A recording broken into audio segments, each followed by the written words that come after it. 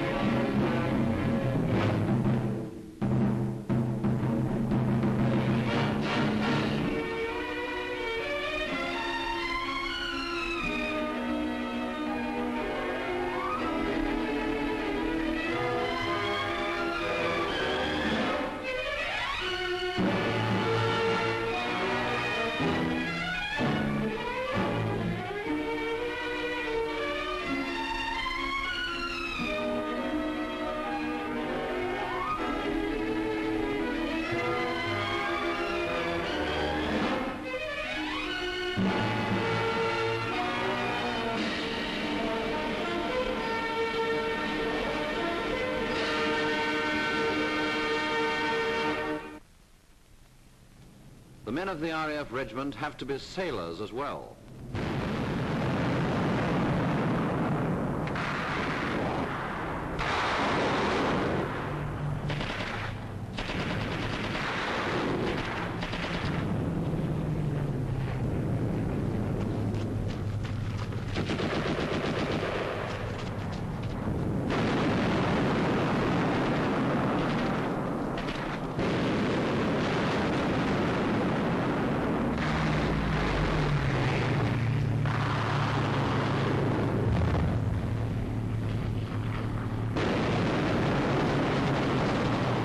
This is total war, as total for the regiment as it is for an armoured division or the brigade of guards. On its fighting efficiency depends the whole security of the RAF organisation. These scenes, taken in November 1942, show just how vitally necessary is that training in versatility. Men of the regiment man the ack-ack guns and the ships of this convoy on its way to North Africa. Down the scrambling nets on November the 7th.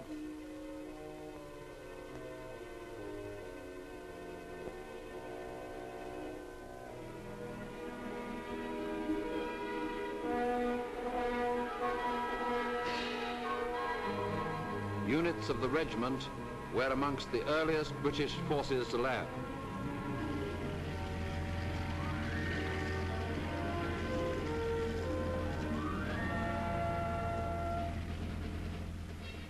Here is a squadron camping out in the forward area of Tunisia. The call is received to go up into the line. The great Allied advance is imminent, and the regiment must be in the front, ready to seize and defend the enemy aerodromes.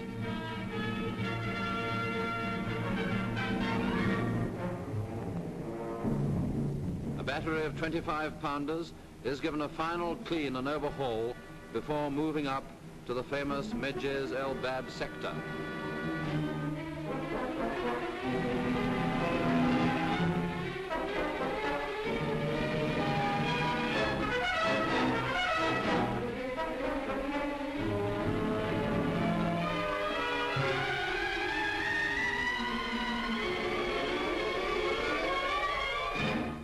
Some of the bloodiest fighting of the campaign took place in the area around the small town of Medjez.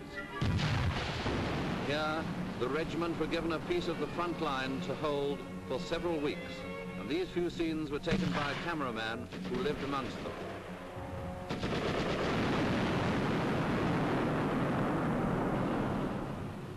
But the ultimate purpose of all the regiment's activities The purpose for which it undergoes such varied and vigorous training is the capture and protection of the airfields from which the squadrons of the RAF operate. Here in Libya, at Benina behind Benghazi, armoured car units of the regiment are seen driving into the recently captured airfield. One thing alone matters: to get our aircraft onto the airfield, refueled and rearmed in the minimum time, so that they can take off again after the retreating Rommel, harassing him continually so that he has no chance to turn and stand.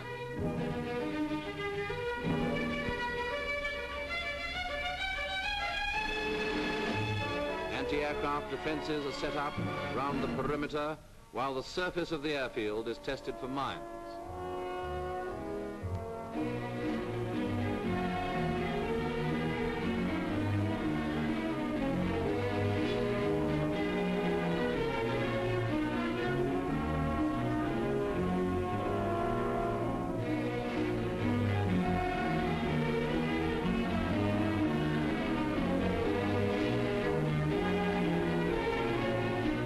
Ground crews arrive with the essential stores.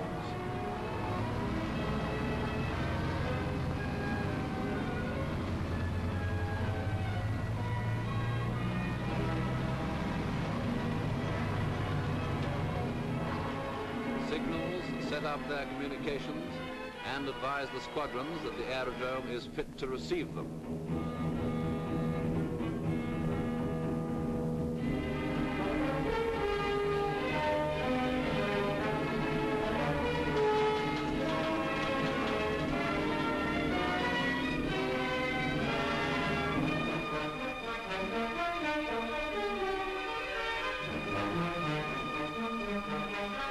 Before long, the Kitty Hawks begin to drop down out of the sky.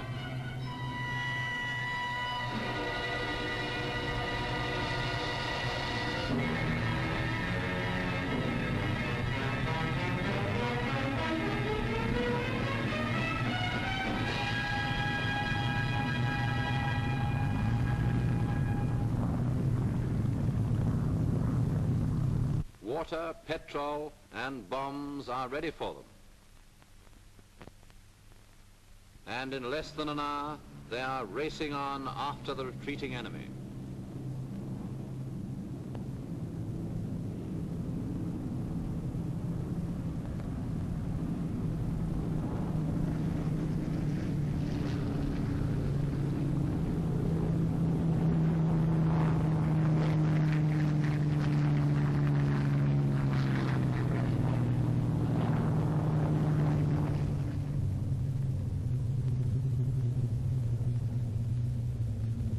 With the squadron once more airborne, attention can be turned to cleaning up the aerodrome, making slit trenches, camouflaging hangars, and filling in the craters.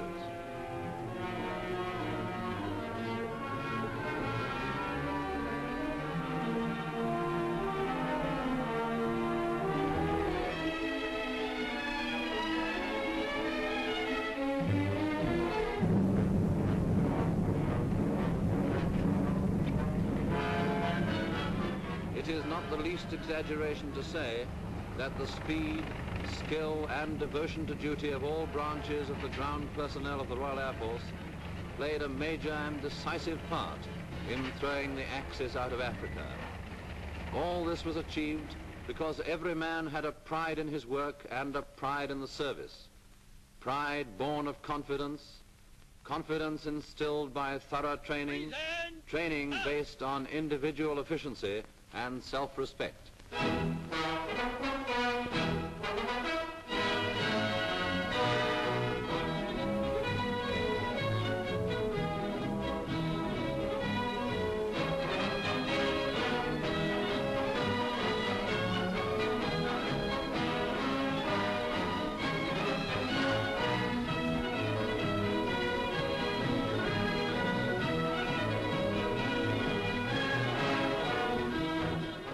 The RAF regiment is judged by the highest standards in the land.